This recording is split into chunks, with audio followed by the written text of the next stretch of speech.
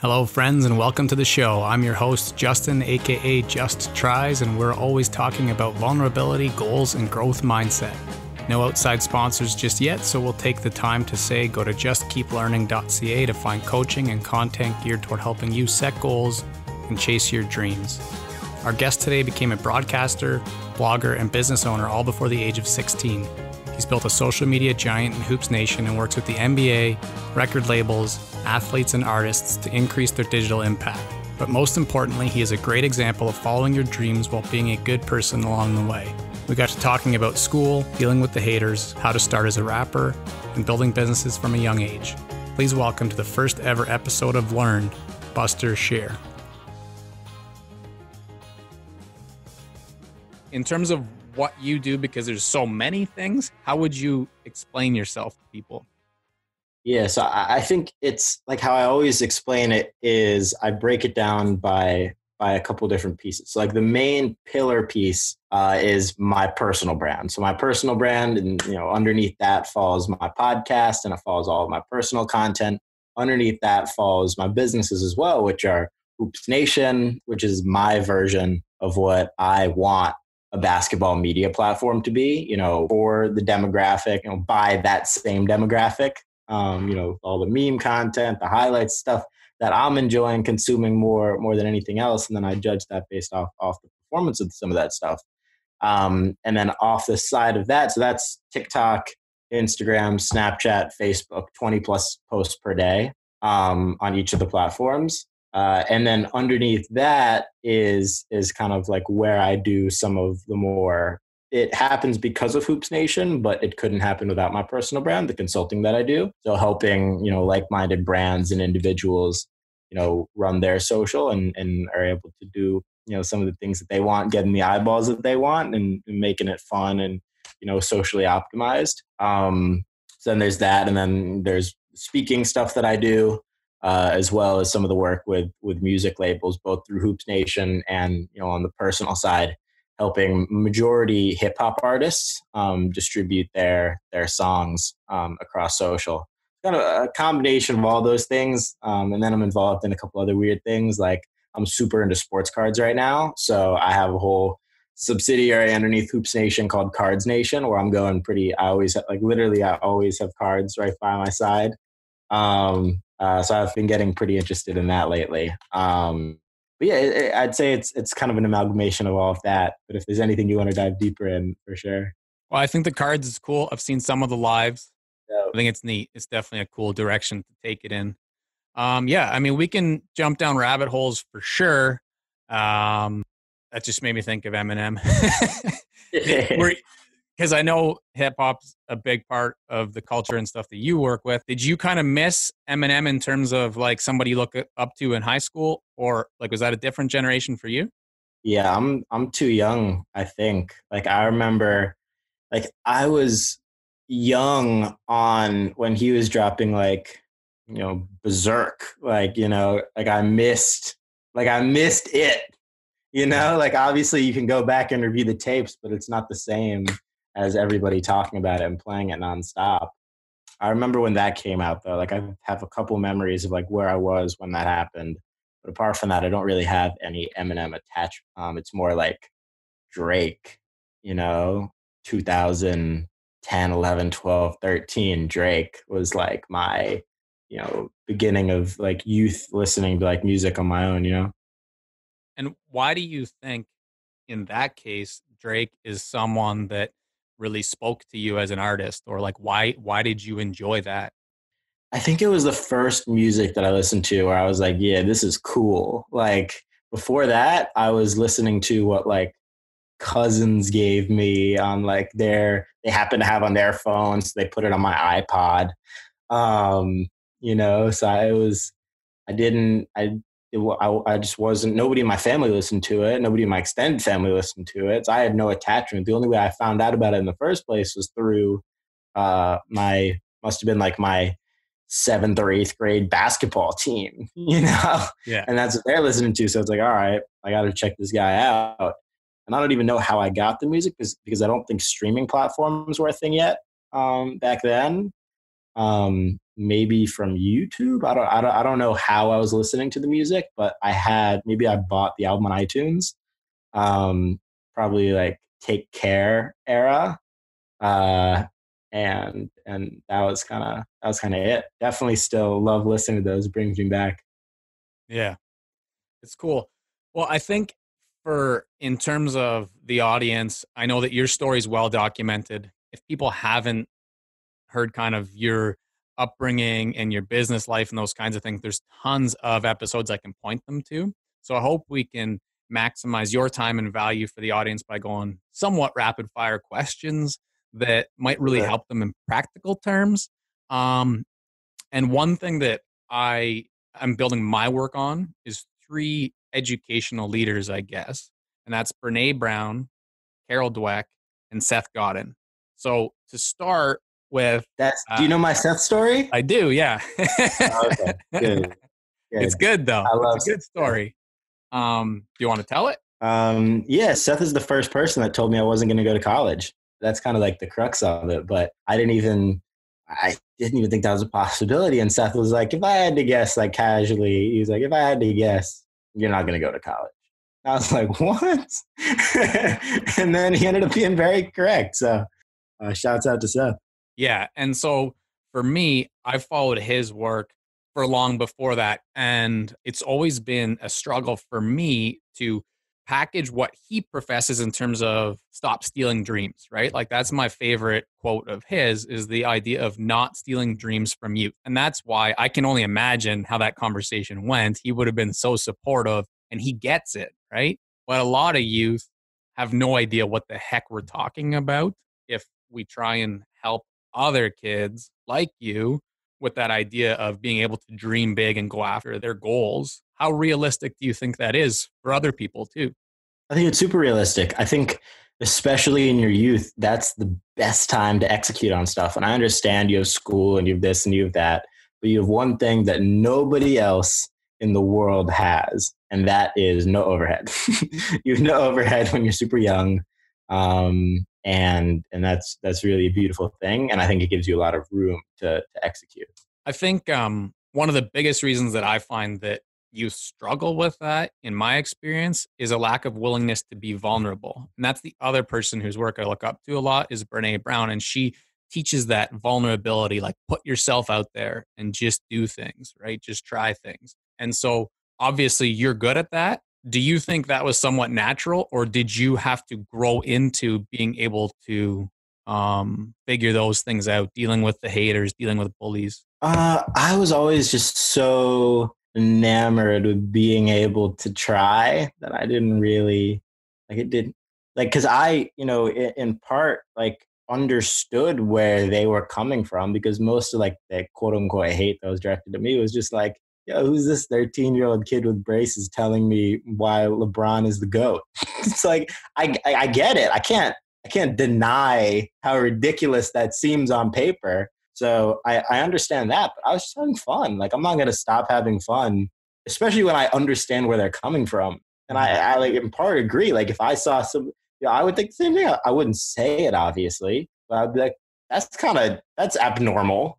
Uh, you know? Yeah. So I uh I can't blame anybody. It's not like anybody was coming at me saying, for the most part, saying anything insane. It was mostly just about, not taking me seriously. There still is that, but yeah, I was really just in love with it. And I think people have to just find their own version of that, find what you're really in love with and, do it and you'll come out on top, especially when you put in the time. It's definitely a fascinating thing. And if we could bottle whatever the answer is, then we'd be billionaires many times over. And not only that, a lot of youth mental health and a lot of kids would be more successful, I think, figuring out how to see that and do it instead of suffering because maybe they know that they love singing, but they're not willing to try it because they're scared, you know? It's clear that you have a lot of empathy for people. And I know you've talked openly about not being a fan of drugs and alcohol and those kinds of things. But what I appreciate that you've said is that you've said you understand why other people do it. Because I teach youth with severe addictions in one of the units that I work at. And so I see that it doesn't discriminate, right? I see why people go down that route. But What do you think? Because this is one of my big whys for me is what do you think we could do earlier on in people's lives to try and help them not go down that route? Yeah, something that I think it goes back to like, how do we help the youth on like just discovering their passion and executing on that side. I think everybody at a very young age knows what they love. And most people don't think that they know what they love, but the truth of the matter is whatever you spend the most time doing, that's what you love. Turn it into a business. Try. So I think that is the answer. You help like, so he's into video games. All right, teach him how to turn it into a business. Teach him how to Yeah. stream. Teach him how to do this and that. It's not like 1973, where you have to work at McDonald's, like teach the kid how to stream. Like you can do it off of any school computer. Like you can, like, there are ways to get around everything. So I think it's more just being supportive of the time that we're in and the passions that kids have, and leading them down that path. Because the reason why I look at drugs and alcohol and things like that in the way that I do is just because I don't think it helps with your efficiency. Like that's like, apart from it being bad for you and it hurting your health, like it's not efficient. And at the end of the day, if something is efficient or is not efficient, but you have to make the conscious decision to go the efficient route if you want to do well in whatever endeavor you want to do. So I think it's really just about putting people in a position where they have a goal at the end where they can always go the efficient route. Yeah, for sure. You went all Mamba mentality on me there, and I had a Colby question queued up for later, obviously, because it's been a crazy year. But he's often spoke about that you don't have to tell a kid what they're good at or what they're interested in, but so often it gets beaten out of them. So one of the other big things that he talks about is the idea of persistence and resilience in the face of your dreams and goals, like looking at the big ass mountain and being willing to take the first step, but also the 100th step and stuff like that. When a lot of people look at your work, they're going to see success and they're going to see all the W's, but not the L's maybe. What do you have to say about the importance of persistence, even once you've found your passion? Yeah, I think there's definitely an element of doing it for the right reasons. Like when I first started on Facebook or whatever, I was doing it for a year every single day and I had 500 followers, So it's like, I did it just because I enjoyed it. I didn't do it, like getting 1 million followers on Instagram was my goal when I joined Instagram after I had already been doing it for 3 years. Right. Like there was definitely, my goal from the beginning was to have like enjoy the process of building it. And I think teaching that the process is more fun than the end result anyways, like I'm now coming up and like TikTok, the Hoopsnation TikTok way surpassed the Instagram, and that's at like 2.5 million, but the Instagram is almost at 1 million, which was my original goal. And to be honest, nothing different. And I'm like at the goal, like it's got to be achieved, and the fun part was getting there. So I think that's what has to be preached. Yeah, that's true. Making sure that you actually intrinsically enjoy it is so important. Real quick, like when the kids that we're talking about starts like streaming, when they have no viewers, like enjoy it, because one day you will have no viewers.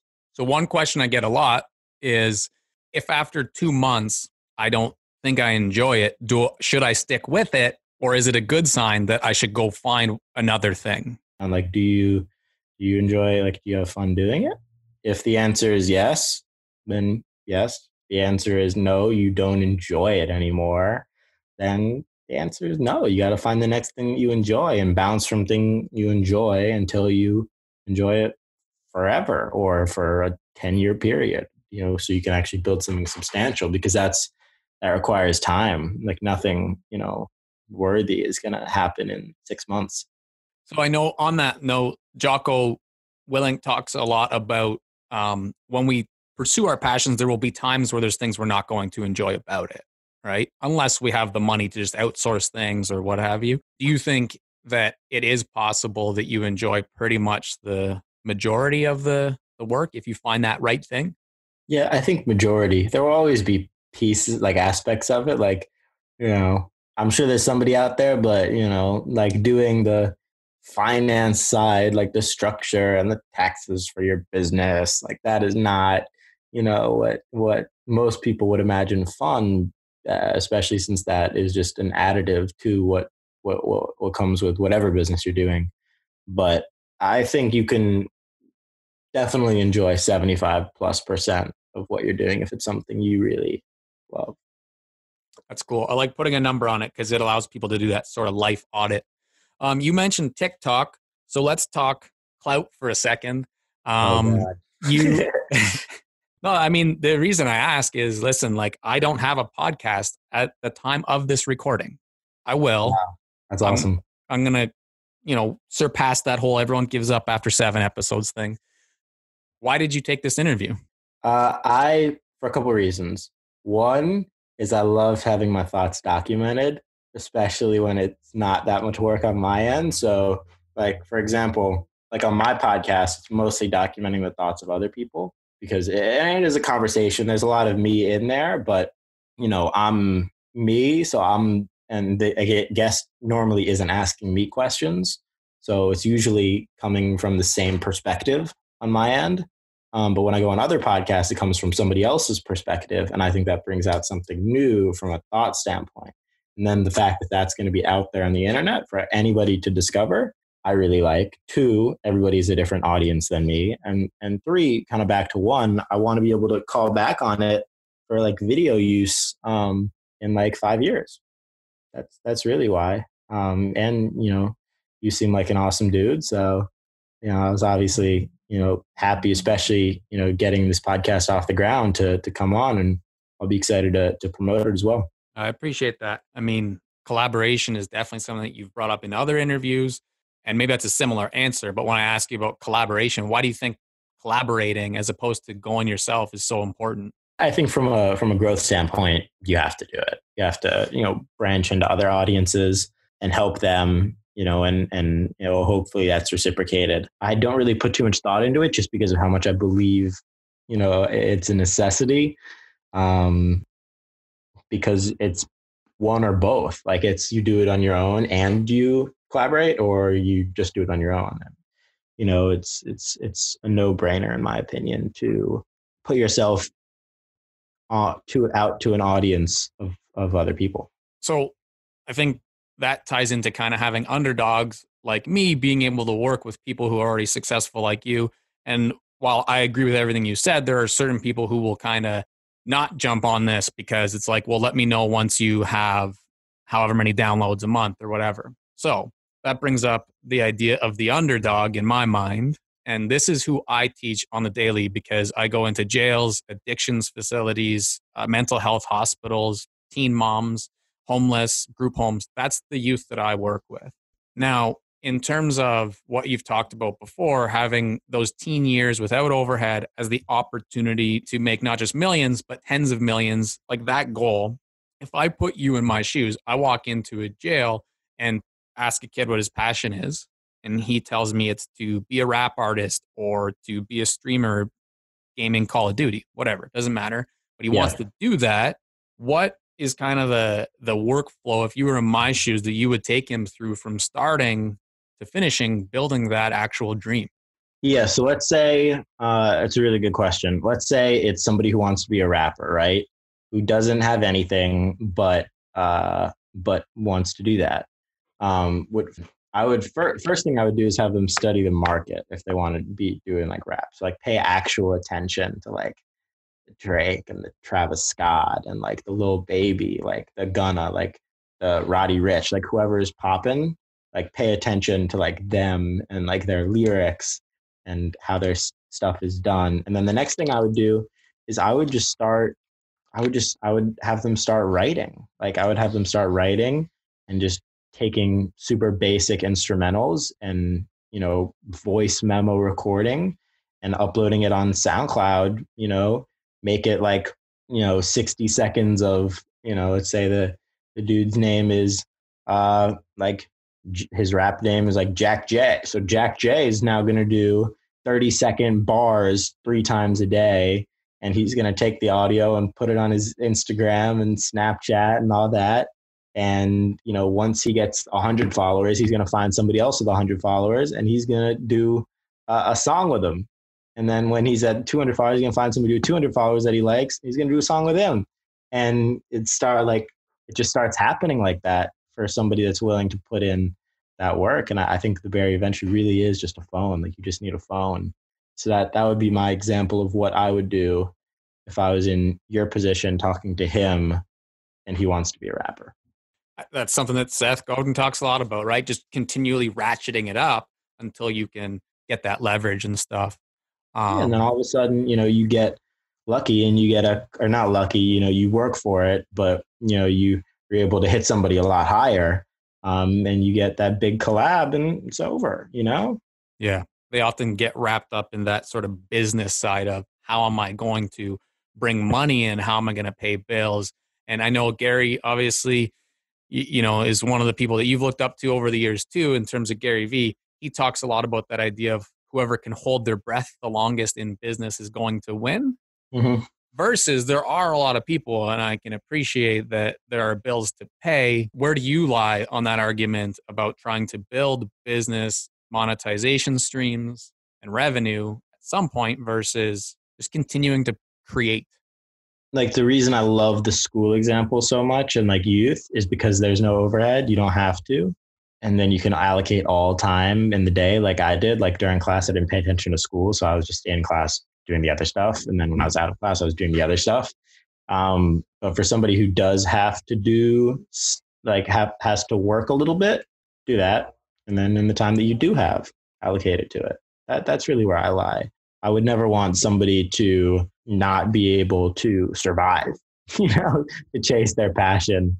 But I do think you can do both. And in terms of like holding your breath for a long time, once you're like starting to build up, yeah, I believe in that. I believe in not forcing, money to come, like not doing things that are spammy or don't fit the brand that you're trying to build, just for a quick dollar at the beginning. It's worth holding out and then selling out your merch, doing something that's organic. It's just worth it. And another thing that I borrow from Gary that I'd love your insight in is he talks a lot about not necessarily having a niche. In fact, this year he's gone super passionate on like, you don't need a niche. Your niche is you, and it becomes you if you're willing to be authentically you.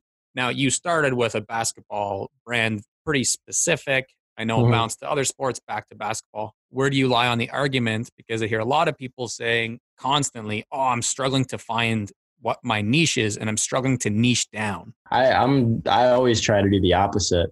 Like, I think if you do start out in a niche, like I did with basketball, great. You build a super strong core around a subject that you're passionate about. And I always will be passionate about basketball. But then you start to create these other things like I did for my podcast and like the sports cards and doing all these different things that like, all right, now there are 4 niches.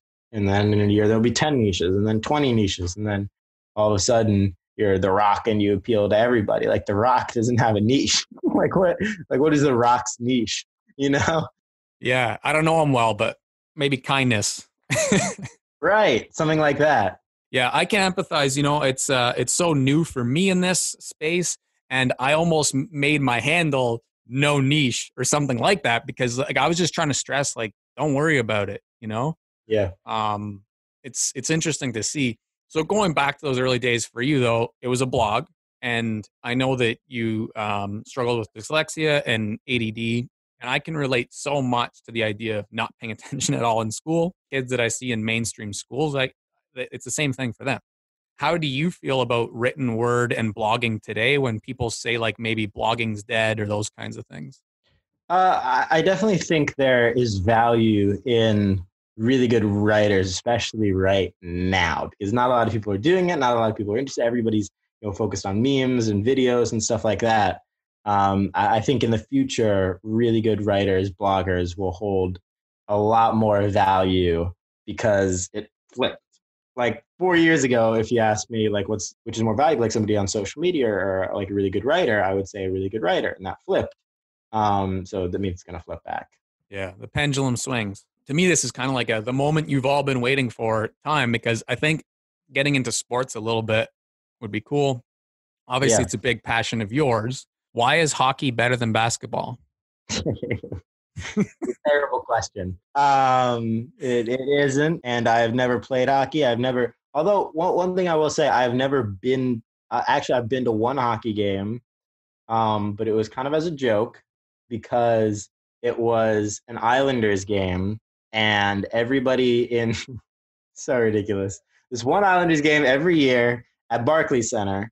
Everybody dresses up as referees, and I was one of them. Got put on the ref shirt, stood up in the top section, and everybody goes in a ref shirt and cheers for the refs instead of one of the teams. So when the refs come out, everybody goes crazy. Whenever they make a call, everybody's going crazy. That is really my one main experience with hockey. It was fun, but yeah. There's so many parallels, comparisons you can draw between sports and so much in life. Growing up as an athlete, for me, that was the case. Do you think there's a lot that people could learn about business from sports? I definitely think from certain things, like, just how much time you have to put in, like the basic stuff that makes an athlete. But I do think it's mostly from the business end of sports. Right. Did you get early access to the Bulls documentary? I didn't. I wish I did. Man, that would be amazing. Maybe they'll think of you for the next one. But in the doc, Michael says that the shot was one of those moments where it really gave him the confidence to know that he could succeed, which I think is crazy to hear Michael Jordan say.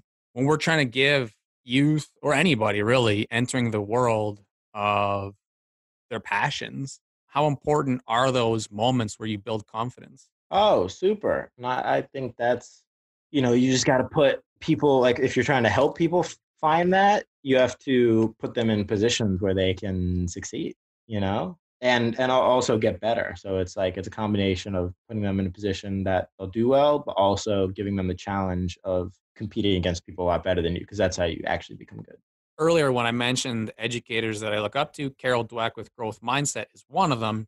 You've talked openly about not fitting in maybe to the high school stuff per se, but I don't know if you noticed this, but you mentioned learning in so many of your interviews. What do you think some tips for people to learn would be in your mind? In a 2020 world, just explore. Every piece of information is online. That's why, right now, to me, college, I don't understand college right now, because all the information that you're being, the one thing that I'm like, okay, college is good is, okay, you're around cool people and you're in person and you're creating quality relationships and you're having fun and you're learning. I get it. That's fine. It's not for me. It's not for a lot of people, but I get it. I don't get you paying $100,000 a year to learn, to be taught information that you could easily discover online on your own, from home. I don't get it. Yeah. And that's why I think colleges are. So I can't even play devil's advocate because I agree with you. But what I can do, because I'm around it all the time, is bring up why other people say it's so important, is because they don't believe that youth can find those resources, or that so many of them struggle and they need someone to curate for them. I think it comes back to money. They just want more money. I'm talking parents and teachers and people at the high school level who are trying to support them. They don't know any different, right? Like the adults don't know any different. They're doing what they know how to help them, or how they think they're helping. I was going to leave this for later, but to me, that's such a huge question. Whether we bring in the Kobe Mamba mentality stuff around learning, or Seth Godin, your experience, what do you think we could do to help guide them to find those resources? I think we have to teach a couple things. Number one, we have to teach networking. Networking should be a class in third grade. You should teach how to properly network in today's world, because for me, nobody taught me that, but I just fortunately discovered it on my own through the internet. But you can connect with anybody. You can connect with like-minded. You can learn things from other people. That is a skill that should really be hammered down, and taught from a young age. So I think that's a big one. And they also have to teach you how to discover stuff on your own. Honestly, there should be $100 lists that, show you, that are linked up to where you can learn about this, and this. And all right, cool. You paid $100 for somebody to do the work for you. Right. And then you're able to discover everything on that course that you would have on your own time, when you're not working on that other passion. I'm thinking about taking an online, like doing research on like online accounting because I want to understand that because I think it's valuable. And that's not something that, I'm going to learn from social media, but I also don't think I have to learn it from a college, Yeah. So it's just teaching people that is a possibility because currently it's not even taught as an option. Yeah. Like my original goal 2 years ago was YouTube. It was like, well, let's just use YouTube. But then it's like when it's free and it's also so wide, people get Yeah. lost, they get lost in an ocean. And I don't mean me, the creator.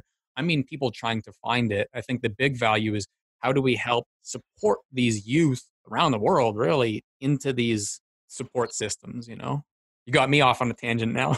No, I love it. I appreciate hearing that, especially from your standpoint, which is very different and much more experienced than mine. So I enjoy hearing it. Yeah, it's going to be cool. We'll get there. Yeah. So in sports, I think we all have a couple of things. We have people that we look up to in terms of heroes, for one. So who are some of those people for you?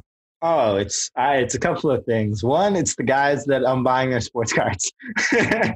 So guys that are like partial investments, I'm just like, woo. But it's also like the LeBrons, the Kobe's, the Jordans, the guys that to me are what like greatness is. Like, I never looked up to like presidents that way. I never looked up to like business people that way. It was always just like I want to be LeBron, you know? Like I was never, there's nobody else that it was like LeBron and then Carmelo, because I'm a huge Knicks fan, and like Amari Stoudemire and like, all these old Knicks. It was like those were the guys that I just wanted to be. There's nobody else that I want to be. So I think those are some of the things. And it's funny because I don't like nowadays, I don't only some of those guys, if they're still around, I'll still like respect them a lot, but I don't look up to them in the same way. And for a lot of the younger players, like I know a lot of them, and they're just like me. They're just normal dudes that play video games and play basketball. They're just much taller than I am and much better than I am. Yeah, fair. But you'll still drop some points in the All-Star game someday. One day, yeah, that'd be fun.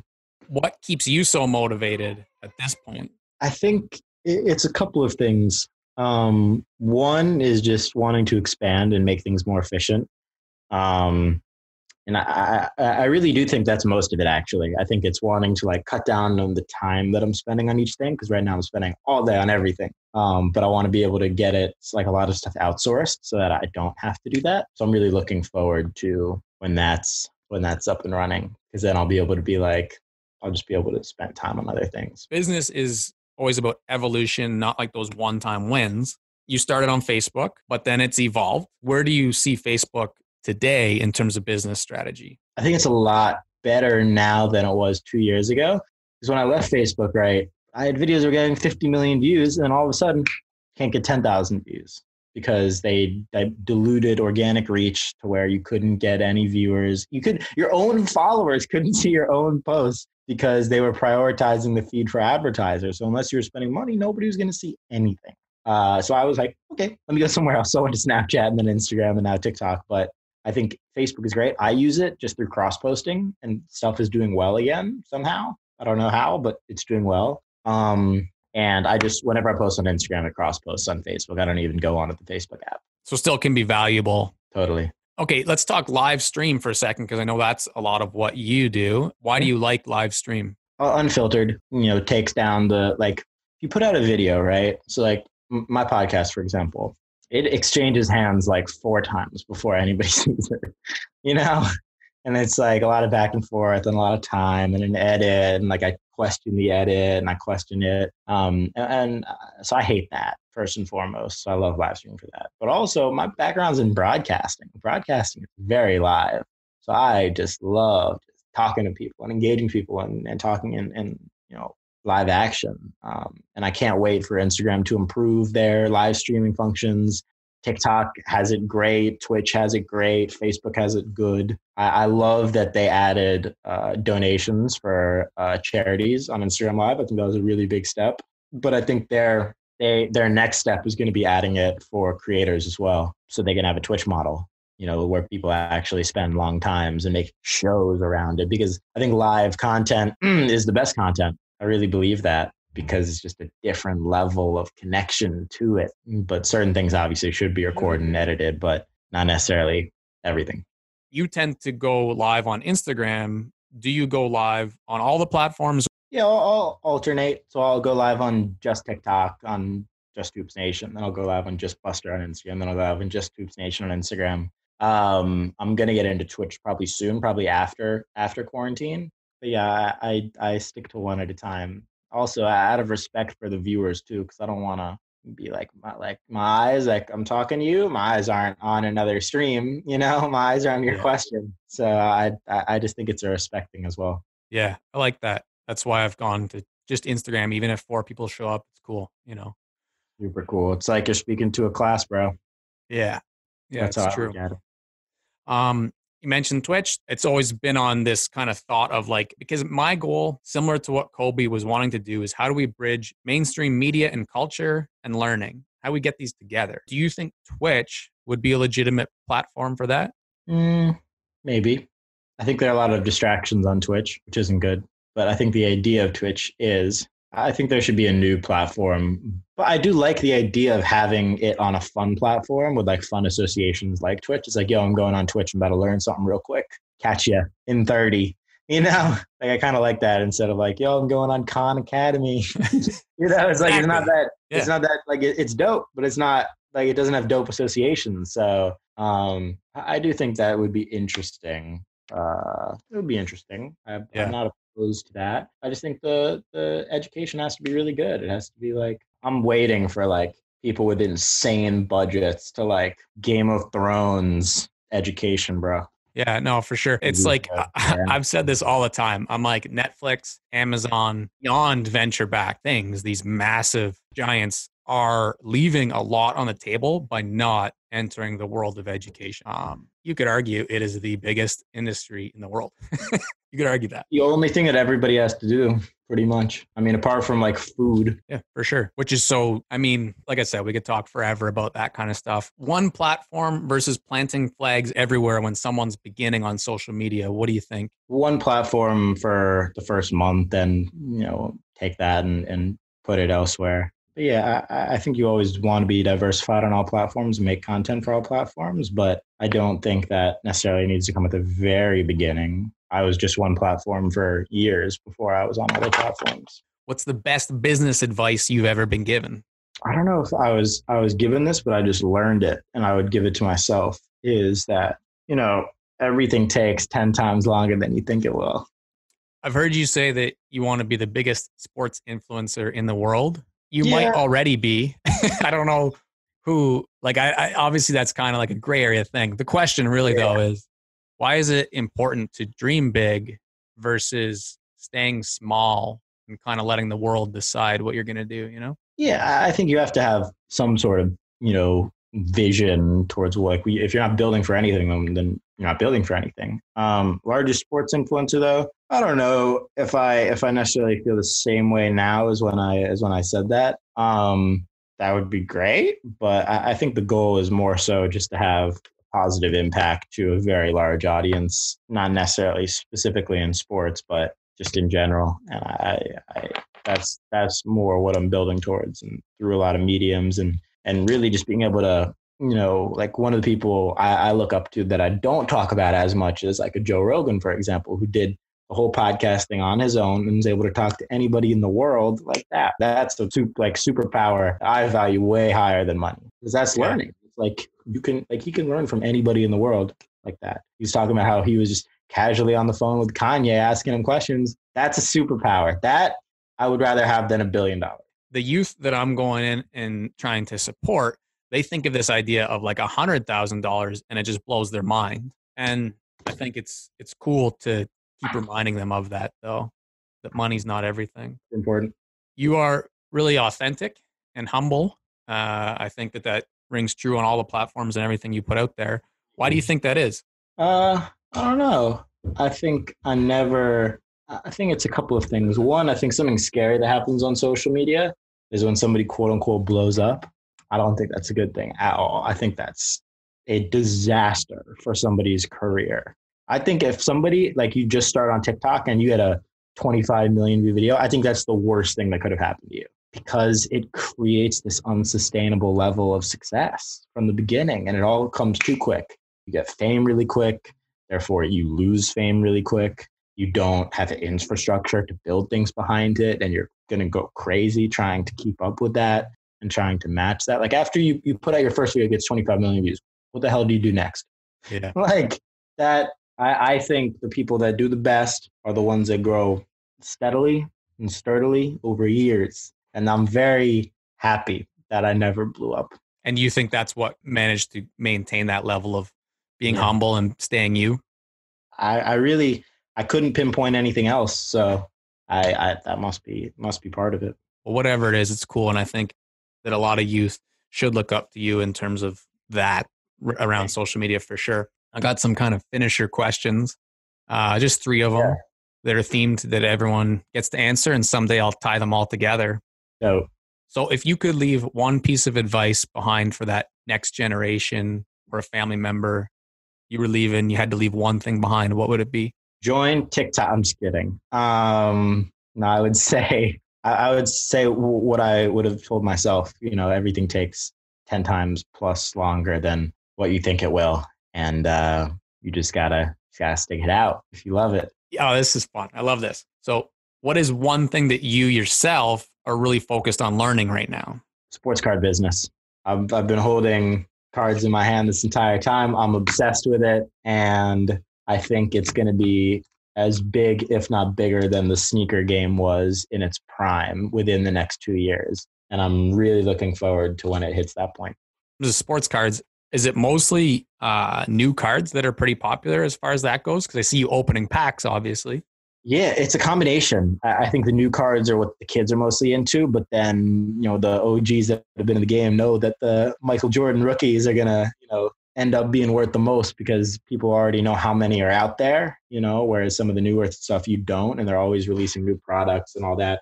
So older cards are definitely safer investments, but you buy, like you see Luka Doncic, for example, who was the rookie of the year last year. His rookies fluctuate hundreds of dollars in a matter of a week, even while they're not playing. It's just, that's how crazy the market can be. It's buying a stock in a player. And I think a lot of companies and startups and tech companies have tried this, creating a stock market for athletes. They're wrong. They can't do it. It already exists. It's sports cards. That's you buying a share of stock in an athlete. Once that really gets around people's heads, every sports fan is going to be into it. And 50% of people in the world are sports fans. So I just think from a numbers standpoint, it's going to be really big. Yeah, that's cool.